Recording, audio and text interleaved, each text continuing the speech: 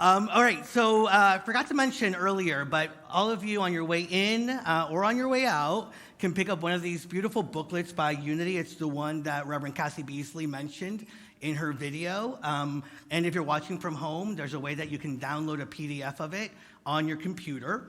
I also just wanted to take a moment to let you know I'm actually really excited about some of the things that are coming up, and you heard about them earlier. We have our Ash Wednesday service happening on February 14th. Yes, it's Valentine's Day. Give yourself the best little Valentine's Day gift by being with us for Ash Wednesday. And I just really love the symbolism that is within that Ash Wednesday service because it's so unity. Because we have the ashes, right, that is more traditional and culturally Christian, which is the roots of everything that we are and do here at Unity. And it also honors other faith traditions. And so the ashes that you get are from an ashram in India. And rather than a cross, you get on your third eye the symbolism of just being able to see anew, right? So really invite you to that beautiful service that Reverend Pam and friends, because a lot of other people are going to be a part of it with the sound healing. It's just going to be fabulous. And then the following, actually that same Saturday, we're going to have, as Shantae said, random acts of kindness. All I'll say is it's such a great time. It's really interesting that we go and organize random acts of kindness, but you know we do. But we did it last year, and other Unity communities found out about it. I shared it with them. And quite a few of them now are going to be doing it in their hometowns. So just know that it's a way of also connecting with other spiritual communities of Unity throughout the world. And as we talk about the energy that we are here and the consciousness and how it moves out into the world. I just got a text right before the service. One of our congregants is watching us all the way from Europe and just getting that energy. So never think that what we do here within these walls is kept within these walls, and it really does go out in beautiful ways. All right, I know, enough of that, because you really want my joke. Yeah. Bring it, God. Well, that's the great, no. All right.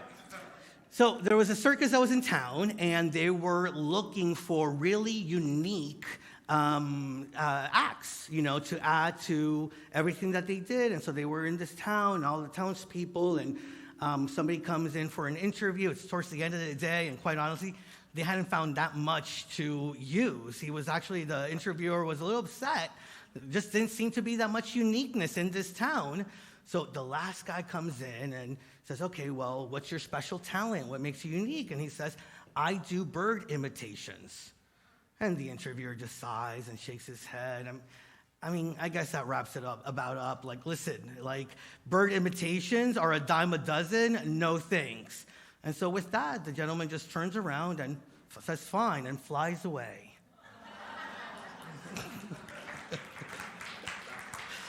All right. It was brought, whoever said that. But it's an interesting thing, especially as we're talking about the power of belonging, and especially as I want to share about the beautiful diversity that we have here at Unity on the Bay, that there are ways in which we can see people's uniqueness, and there are ways that may only be felt, right? And there's so much uniqueness in this room. There's so much uniqueness in our community. And it's a really powerful thing that with all this uniqueness and beautiful different ways of showing up, that we can be one, that we can be in unity, and that we can commit ourselves to being in community. Because that's a commitment, right? It's not just about showing up. It's about how we live this togetherness and this way of connecting with each other. Someone recently told me that they thought it was great that diversity, and it's one of our core values, and we have our core values alphabetically, and they thought that it was just really great that diversity was the first one, because it's what so many of us first noticed when we walked into Unity on the Bay. And if you haven't looked at our new website, I really invite you to do so. We launched it in December. We actually added a few words to each of our core values. And so now diversity reads, we are inclusive and celebrate all people's identities and journeys. Do you feel that? Do you get a sense that this is what we in Unity, at Unity on the Bay, want to live into more fully? And as I look around and I see the diversity and I see the ways in which so many of us have found a place of belonging, I also realize that diversity is not just about the look of it, right? It's really about welcoming people, making people feel like they belong, even when they're different from us, and allowing ourselves to feel like we belong, even when people look different than us.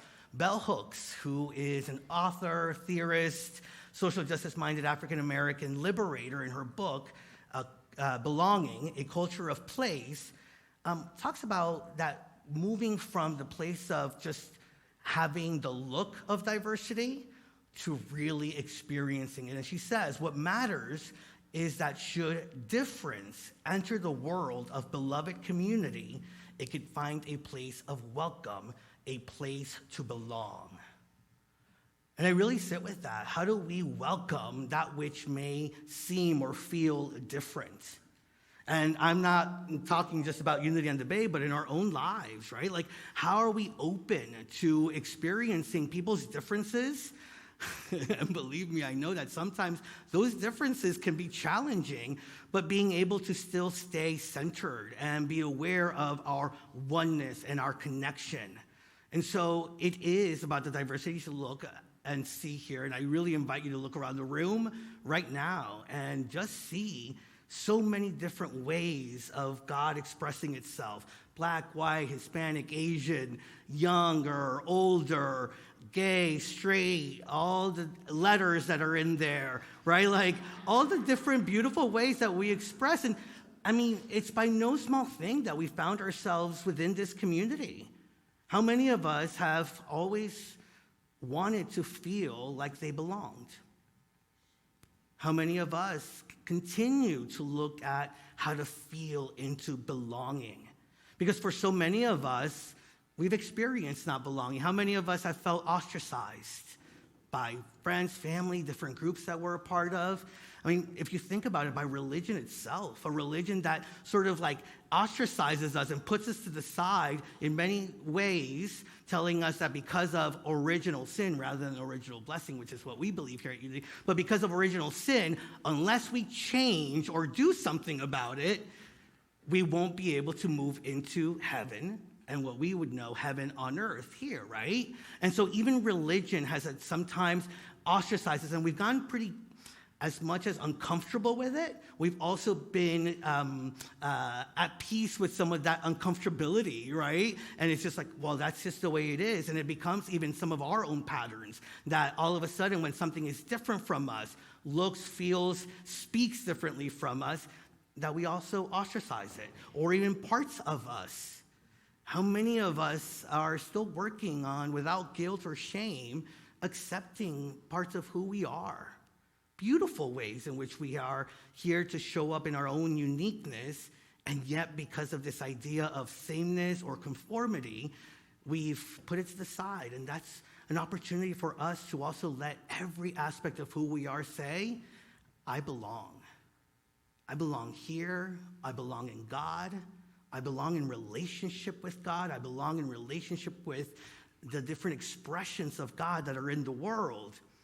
Maya Angelou, who many of you know as a beautiful poet, African-American poet and writer, she's also somebody that was steeped in unity and at one point had thought about becoming a unity minister. She spoke about this feeling that all of us have of belonging, of wanting to belong. She said, like, to feel at home wherever she was at.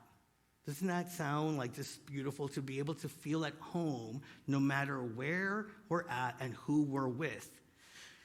she also realized the importance of making others feel that way, not only of her stepping into it, but inviting others to feel that way. She says, well, I know myself as a creation of God. I'm also obligated to realize and remember that everyone else and everything else are also God's creation.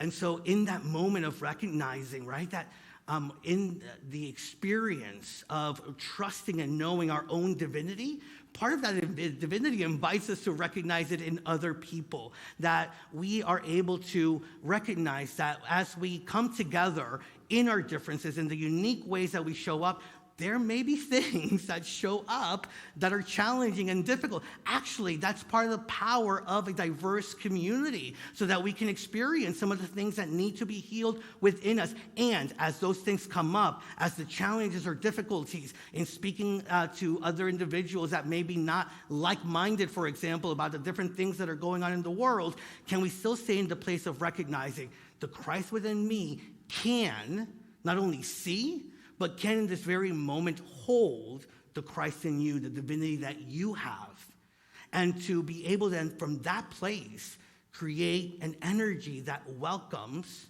rather than pushes away. And I get it. It can be really challenging, and that's just where we're at. That is what I believe the world is calling us into. Because so many times when we have been ostracized, so many times when we have felt pushed to the side, we start to realize or to think that, well, before this person hurts me or because this person hurt me, I got to protect myself. Been there? I got to protect myself. And one of the ways in which we just sort of fall back on it is we create walls. Mind you, not boundaries. I'm not talking about boundaries. We can create healthy boundaries. We create walls, and there's a difference.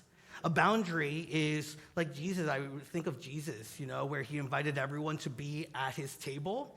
And it was all different looking people, different from different places in life, right? Like the persecuted, and sometimes he invited those that persecuted to the table when they had shifted, right? When they were not intentionally harming individuals. And then they were able to have communion together. And through that, they were able to be nourished by the very presence of God. When we allow ourselves to do the same, we ourselves are nourished by experiencing a greater sense of peace, a greater sense of harmony, a greater sense of unity. And that, I believe, is the power that we have when we consciously not only move into community, but start to create the ways in which people can feel that they belong in this community, whether it's at Unity on the Bay, whether it's at our job, whether it's at home. This is a place of belonging. This is a place where you are seen in your truth.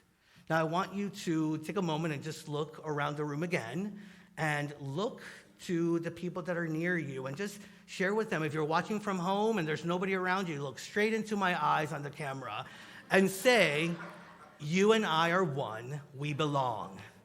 You and I are one, we belong. See, I just love Unity, folks, because I said it to just look around and say it to one person. And I have it in my notes to say, now say it to another. But no, now I got to just tell you, okay, stop.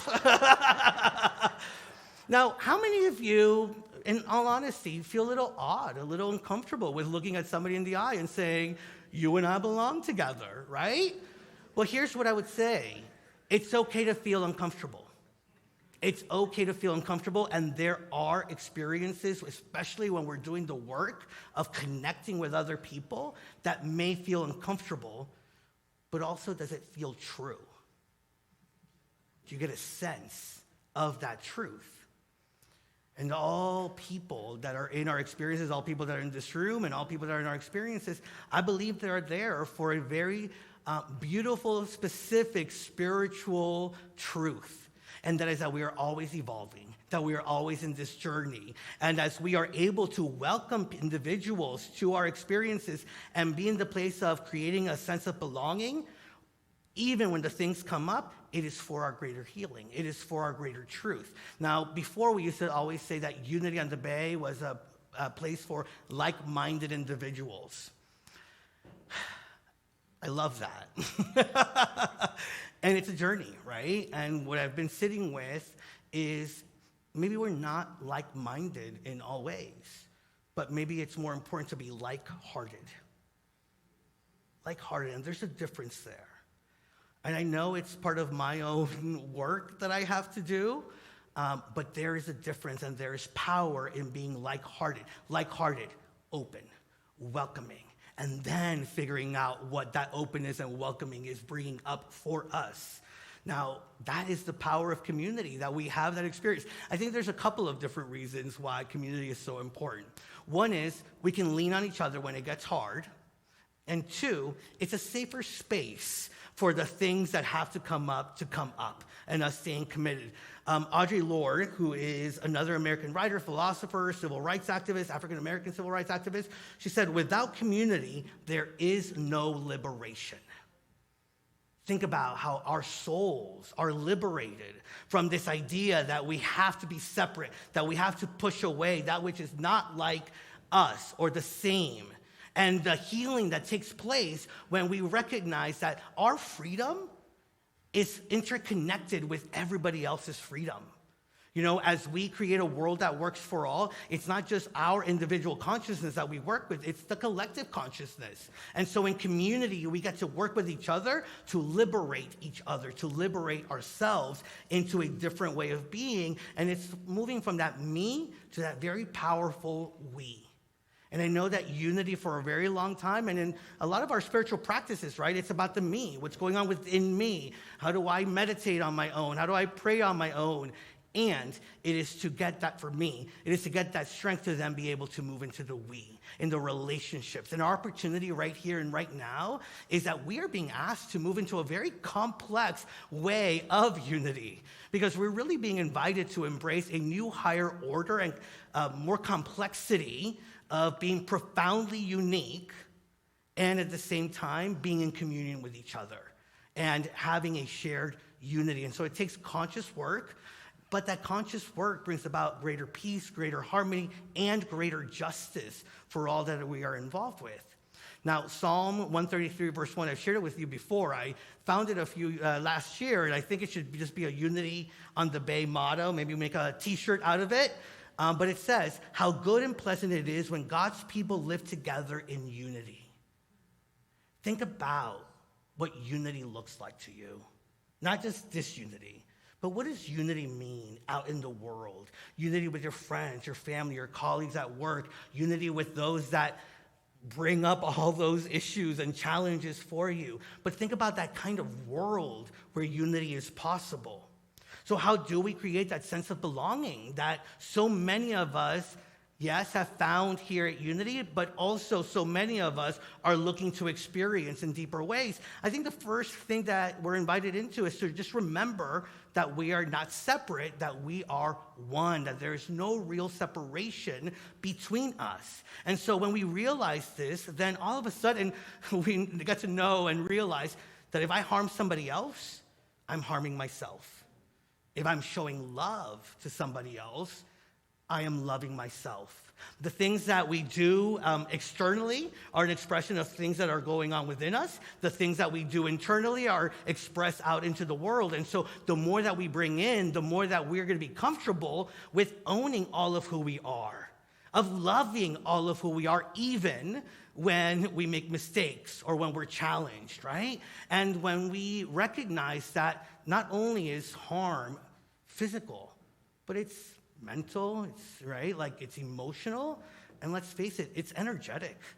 We're about energy and consciousness and vibration here. And so which level of vibration are we at? When we harm or when we love? And realizing the power of belonging and committing to creating spaces of belonging is what I believe is going to move us into that deeper and greater evolutionary energy and spirit that we are being called into. And so from that space, right, like we recognize that we are one, that we are not separate, then how do we act? Well, we act in that energy of wholehearted connection, even when it's challenging, even when somebody is saying, the wrong thing. Actually, I had to work on doing the wrong thing with quotation marks because I'm like, the wrong thing, right? But how do we act in those places? Like, can we be intentional about how we're going to be connecting with somebody, not to harm them, but to create the space of love and the space of understanding? Can we be intentional about creating a safe space for other people to be able to show up in, so that we can then also walk into that safe space as the truth of who we are? And so can we listen closely the way that we want to be heard? And can we be vulnerable? Yeah, that doesn't sit right with me. I think differently. I've lived differently, right? And be vulnerable enough to share in that space and in that connection. I believe this is how we move forward. Audre Lorde also said that tomorrow belongs to those of us who conceive of it as belonging to everyone, who lend the best of ourselves to do it, and with joy. I'm telling you, it doesn't have to feel comfortable all the time.